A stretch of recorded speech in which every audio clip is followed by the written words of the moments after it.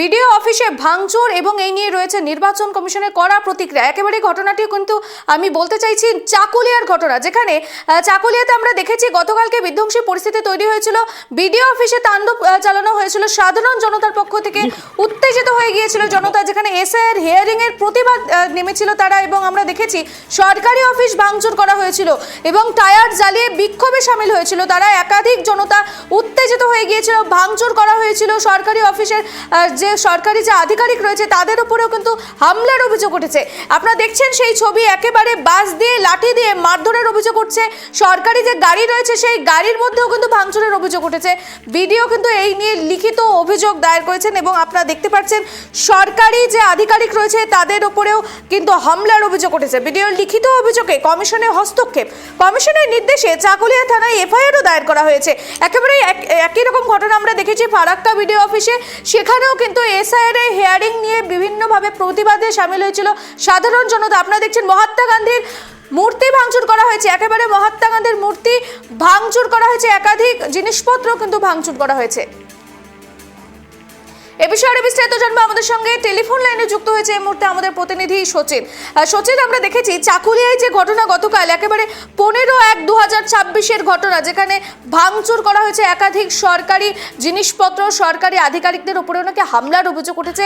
এই বিষয়টি নিয়ে কি গুরুত্বপূর্ণ তথ্য উঠে আসছে সচিন? দেখো শ্রেয়সী, তোমাকে প্রথমেই জানিয়ে রাখি, গতকাল কিন্তু উত্তপ্ত হয়ে উঠেছিল উত্তর দিনাজপুর জেলার চাকুলিয়া।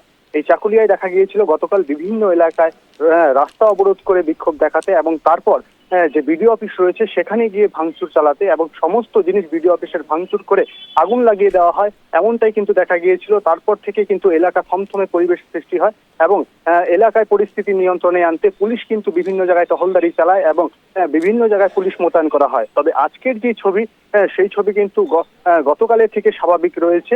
বিভিন্ন এলাকায় পুলিশ মোতায়েন করা হয়েছে, টহলদারি চালাচ্ছে পুলিশ।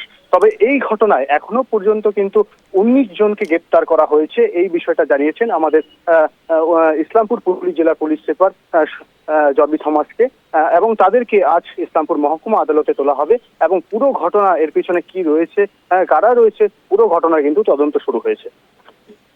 ধন্যবাদ সচিন।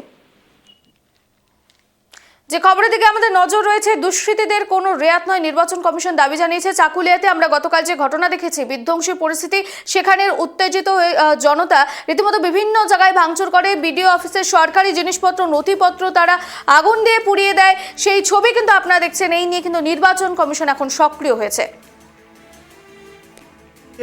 পরিষ্কারের কাজ কি শুরু হয়ে গেছে?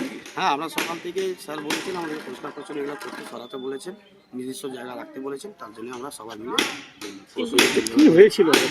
এই কালকে তো একটা দেখেছেন আপনারা সবাই, যে ঘটনাটা ঘটেছে, আমি তো ছিলাম না, আমি তো শুনে আমার তো একটু অসুবিধা ছিল, এসে দেখি এই পরিস্থিতি রয়েছে। দেখার পর দেখি আমাদের স্যার সকালে ডেকেছে, আমরা এসে কাজে লেগেছি। এগুলো সব কি পরিষ্কার করা হবে? এই যে যা দেখছেন, যা জ্বলেছে, যা কাগজপত্র জ্বলেছে, যা চেয়ার টেবিল জ্বলেছে, সেগুলোই দেখতে পাচ্ছি। ওগুলোকে আমরা ওদের নির্দিষ্ট জায়গায় রাখার ব্যবস্থা করছি। এই ভিতরে অনেকগুলো আলমারি ছিল, সেইগুলো আলমারি এখন তো আমরা ওদিকে যাইনি, এখন বর্তমানে সামনে রয়েছি, পরে ওগুলো দেখে তারপর পরিষ্কার ব্যবস্থা। কি থাকতে পারে এই জিনিসগুলো? এটা আমি তো বলতে পারবো না, এটা